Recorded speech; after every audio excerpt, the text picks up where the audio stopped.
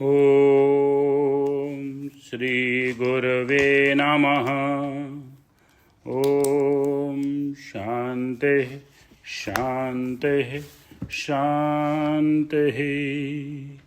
अखंडमंडलाकारं व्याप्तं येन चराचरं तत्पदं दर्शितं येन तस्मै श्री गुरवे नमः।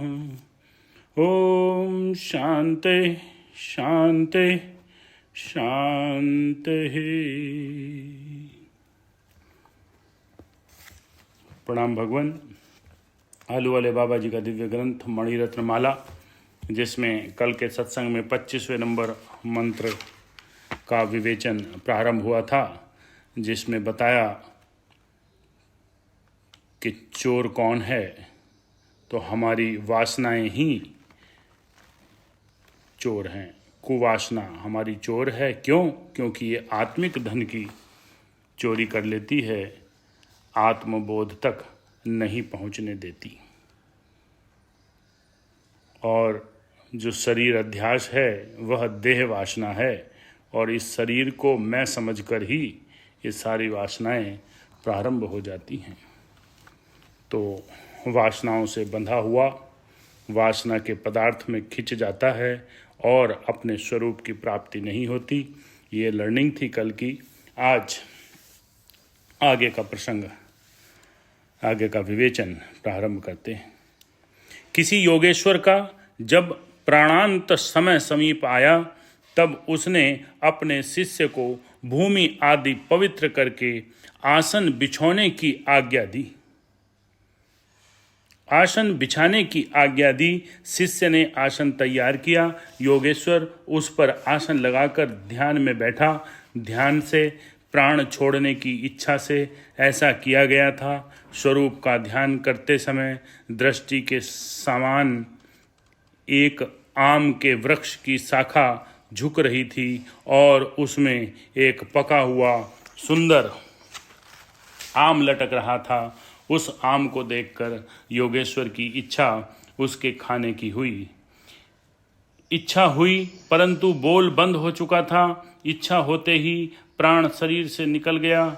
योगेश्वर के मरने से प्रथम अपने भक्तों से कह रखा था कि जिस समय मेरा प्राण शरीर से भिन्न होगा, तब मेरे शरीर में से एक प्रकार का प्रकाश निकलता हुआ और आकाश में जाता हुआ मेरे भक्तों को दिखाई देगा। शरीर में से प्रकाश किस प्रकार निकल जाता है, यह देखने को सब भक्त उत्सुक थे, परंतु किसी ने प्रकाश को न देखा, इसलिए सब दुखी हो रहे थे।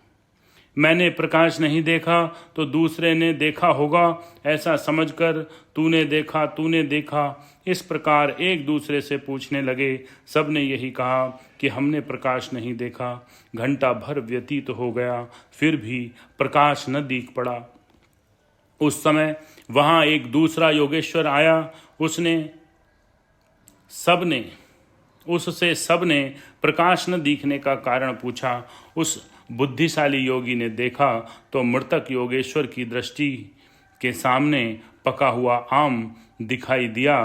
तुरंत ही उसने उस आम को तोड़कर चीर डाला। उसमें से एक जंतु निकल पड़ा और बाहर की हवा लगने से थोड़ी देर में मृत्यु को प्राप्त हुआ। उसी समय योगेश्वर के भक्तों ने कीड़े में से एक प्रकाश निकलकर आकाश में जाता हुआ देखा। यह देखकर सब भक्त प्रसन्न हुए।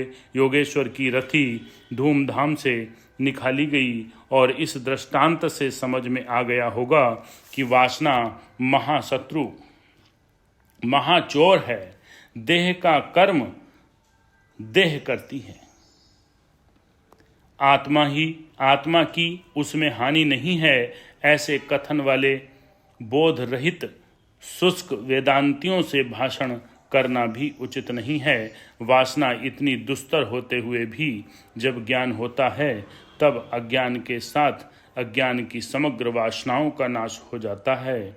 अहम ग्रंथि, मैं और मेरा, कर्म ग्रंथि, पाप और पुण्य और संशय ग्रंथि, ऐसा होगा या नहीं होगा, इतनी ग्रंथियां होते हुए भी कोई भी मुक्त नहीं हो सकता।